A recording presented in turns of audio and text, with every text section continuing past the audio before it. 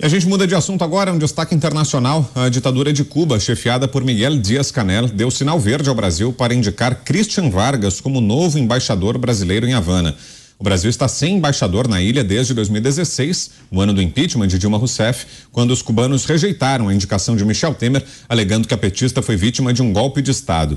Christian Vargas é diretor do Departamento de Integração Regional do Itamaraty e seu nome ainda precisa ser aprovado pelo Senado. A ditadura cubana vem sendo alvo de denúncias de repressão, em especial nos últimos dias. Na noite desta quarta-feira, a jornalista Ioani Sanches disse que a ditadura cubana cortou as linhas telefônicas na redação do jornal 14h30, impedindo a realização de chamadas e a conexão à internet. Ela denunciou ainda a detenção do jornalista Vladimir Turró, do site Cubané. Começo com você, Alan. Como está vendo essa reaproximação aí entre Brasil e Cuba, agora com a nova indicação de embaixador prestes a ser feita, enquanto isso a repressão cada vez mais forte lá na ilha, Alan? Eu vejo com muito cuidado e com muita apreensão. Quer dizer, é a volta da política do Foro de São Paulo, é a volta das relações brasileiras com países que são ditaduras socialistas, como é a Venezuela, como é Cuba. E o que mais me preocupa em todos esses casos, Brown, é o Brasil como financiador desses países, né? Vamos lembrar que durante as gestões petistas, por meio do BNDES, utilizou o banco público e o dinheiro que vem do BNDES vem do Tesouro Nacional, que é nosso, ou do Fundo de Amparo ao Trabalhador, que também é nosso, com taxas subsidiadas para financiar obras em Cuba, obras na Venezuela, enfim, obras que nem foram pagas, né? Muitas delas a gente ainda nem recebeu e com taxas subsidiadas pelo bolso do brasileiro para essas ditaduras socialistas, por conta de todo esse alinhamento ideológico. Então, nenhuma novidade, eu só lamento a aproximação novamente com Venezuela, com Cuba, com a Argentina. Vamos lembrar aquele episódio também na Bolívia. Parte da Petrobras, com operações na Bolívia, na época de Evo Morales, o exército boliviano invadiu e tomou a empresa e o Lula simplesmente falou, tudo bem, tranquilo, e não fez absolutamente nada. Parte da Petrobras foi nacionalizada na Bolívia. Mas é claro, tudo é explicado por essa lógica dos amiguinhos do Foro de São Paulo. Thiago Pavinato. Eu acho engraçado, eu já falei isso aqui em algum momento, que a gente vem todo dia, prepara conteúdo, a gente vê, sai daqui, tá na hora de dormir para vir para Jovem Pan de novo. Tem tudo uma grande pangeia na minha cabeça, me desculpem se eu repito muito algum tema. Mas isso tem a ver, é claro. Em 2010, quando Fidel estava doente, Fidel Castro, herói da Revolução Cubana, né, aquele que usava 3 Rolex, 2 na mão direita e 1 no punho esquerdo. 3 Rolex. Foi garoto propaganda da Rolex, aliás. Rolex que nenhum cubano teve a chance de ver ao longo de toda a sua vida, do berço ao túmulo em Cuba. Aliás, não só Rolex. A mulher, a esposa, né, a primeira dama de Cuba hoje, que é o marionete do Raul Castro, irmão mais novo de Fidel, que nunca se casou, uma pessoa que sempre gostou muito de Zé Dirceu dentro da sua juventude. Zé Dirceu, que era um homem bonito, foi para Cuba, disse que caiu muito nas graças de Raul Castro, mas Raul Castro, muito velho, depois que Fidel morreu, entregou o governo nessa marionete, que é o presidente, e a primeira-dama de Cuba, um país em que ainda as pessoas, elas têm que passar fome, se prostituir para conseguir uma nesga de dignidade. Esta mulher, ela foi ao encontro da ONU usando uma bolsa Hermes Kelly, que vale, no mínimo, $16 mil. Do berço ao túmulo, um cubano não consegue ver $16 mil nunca morando na Ilha dos Castro. Nesta ilha, em Cuba, quando Lula foi visitar Fidel Castro com seu uniforme da Adidas, doente, Orlando Zapata era um prisioneiro político que tinha acabado de morrer de greve de fome. E outro prisioneiro político fazendo greve de fome, Guilherme Farinas, pediu a intercessão de Lula para que ele intercedesse, para que ele ajudasse a questão dos presos políticos.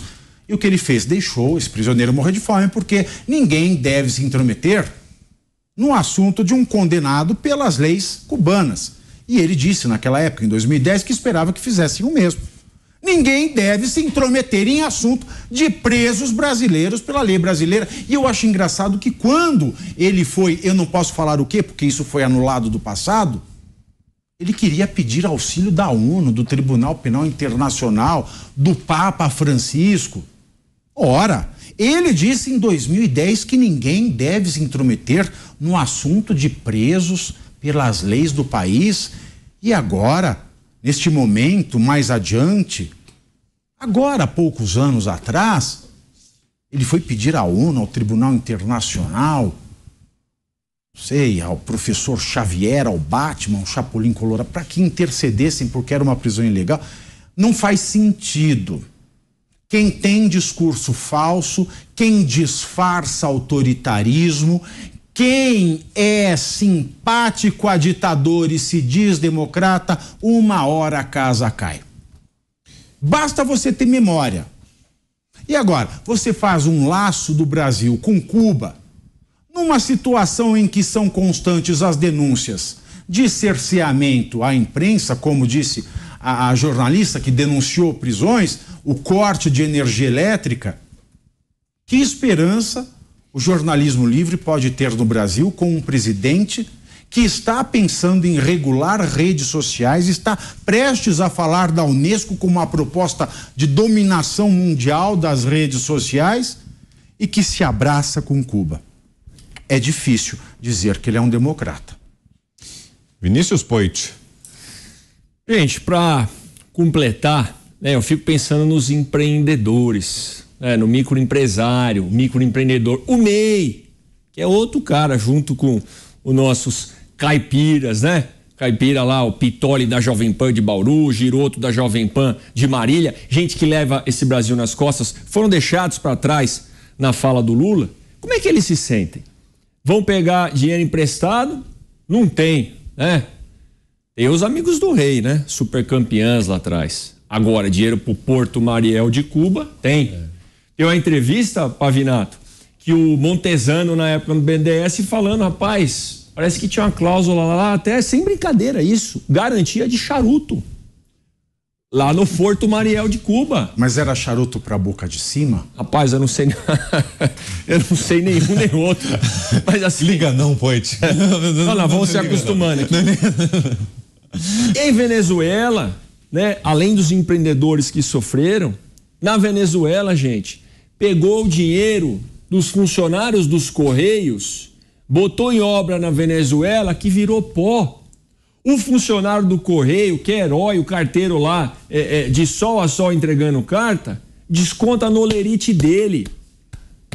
O desfalque no Postales, que é a previdência dos caras, porque o governo resolveu pegar dinheiro do Postales e botar na Venezuela para fazer obra e virou pó.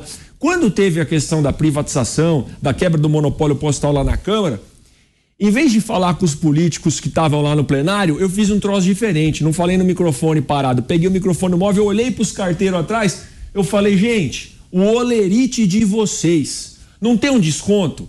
Negócio do Postales? Tem. Vocês sabem para que é isso? É para pagar o desfalque do governo que emprestou o dinheiro de vocês para Venezuela. Aí o troço parou assim e começou a caminhar o papo com mais empatia, que é o que falta para o governo do PT, é o que falta para muitos políticos, é o que falta para essa turma da esquerda, né? Como foi falado da Bolívia, que o empreendedor vai lá, o Evo fala assim, isso aqui é meu, pica a mula que eu vou ficar com a tua empresa. É o que falta, né? Uma visão de longo prazo, não uma visão do próprio umbigo, uma visão imediatista.